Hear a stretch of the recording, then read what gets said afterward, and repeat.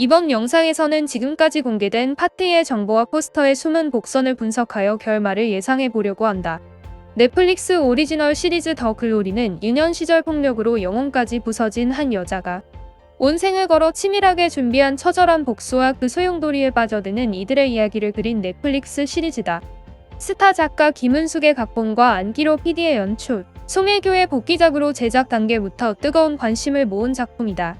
특히 방송 전 공개된 티저 포스터는 파트 1 방송 이후 재조명받으며 그 안에 담긴 상징물 분석들이 이어지고 있다.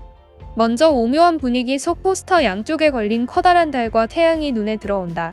여기서 인상적인 것은 태양이 아닌 달이 문동은을 비추고 있는 모습이다. 더 글로리 드라마 안에서 언급된 백야와 극야를 상징하는 느낌으로 해석할 수 있다. 문동은이 기대 있는 커다란 나무에는 꽃뿐만 아니라 독특한 오브제들이 걸려 있는데 특히 나뭇가지에 무기듯 어울리지 않는 의미심장한 상징들이 드라마 속 캐릭터들을 나타내는 물품들로 강렬한 인상을 남긴다. 먼저 가장 눈에 띄는 것은 초록색 구두다. 파트 1 막바지에 손명호의 죽음을 암시하는 장면이 드러났고 단서처럼 던져진 회상씬을 통해 초록색 구두를 신은 사람이 손명호를 살해한 유력 용의자로 꼽히고 있다. 파트 1에 등장한 초록색 구두는 박연진의 딸 예솔의 색약 설정을 드러내는 장치 중 하나로도 쓰인다. 김은숙 작가는 여기에 더해 빨강은 너무 흔하고 연진이 퍼스널 컬러에 맞는 초록이다. 저런 구두는 어울리기 쉽지 않은데 연진이는 어울리겠다고 해서 만든 구두다라고 밝힌 바 있다. 중요한 것은 이 구두를 신고 나온 인물이 3명이라는 점이다. 박연진, 그리고 박연진을 부러워하던 최혜정도 이 구두를 구매했고 문동은 역시 시에스타에서 이 구두를 신은 모습을 보인 바 있다. 포스터에도 이 구두는 새 켤레가 담겨 있는 만큼 구두의 주인 3사람 중 손명호를 살해한 이는 누구일지 관심이 쏠린다. 가장 유력하게 비춰졌던 이가 박연진이지만 사실 그녀가 범인일 확률이 가장 낮다. 최혜정은 캐릭터상 어울리지 않는 인물이고 문동은은 순서가 맞지 않는 행동이다. 오히려 의외의 인물이 등장할 수도 있다. 초록색 구두와 가까이 있으면서도 의심받지 않을 인물. 그녀는 반전의 키를 쥐고 있는 인물로 시에스타에서 일하고 있는 김경란을 범인으로 지목해본다. 경란은 동은이 자퇴하고 난 후 새롭게 일진 무리의 괴롭힘 대상이 되는 인물로 무리 안에서 여전히 괴롭힘을 당하고 있다. 경란이 그간 당해왔던 폭력을 손명호를 향해 분출했을 수도 있고 혹은 다른 사건과 얽혀 살인을 저질렀을 수도 있다. 다음으로 눈에 띄는 것은 중앙에 위치한 새빨간 고데기다. 파트 1에서 박연진 무리는 문동은의 몸을 고데기로 지지며 평생 지울 수 없는 상처를 만들었다.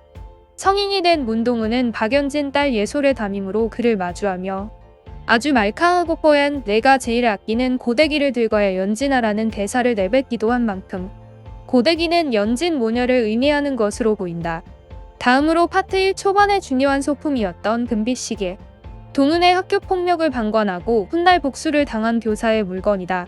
교사가 문동은을 폭행하기 전 시계를 벗는 모습이 담기기도 했고 훗날 물려받은 아들이 착용하기도 했다. 이후 죽은 아버지에게 다시 채우는 모습들이 의미심장하게 담겼다. 이 밖에 오른쪽 구석에 있는 파란 쇼핑백은 전재준이 운영하는 편집숍 시에스타의 것임을 확인할 수 있다.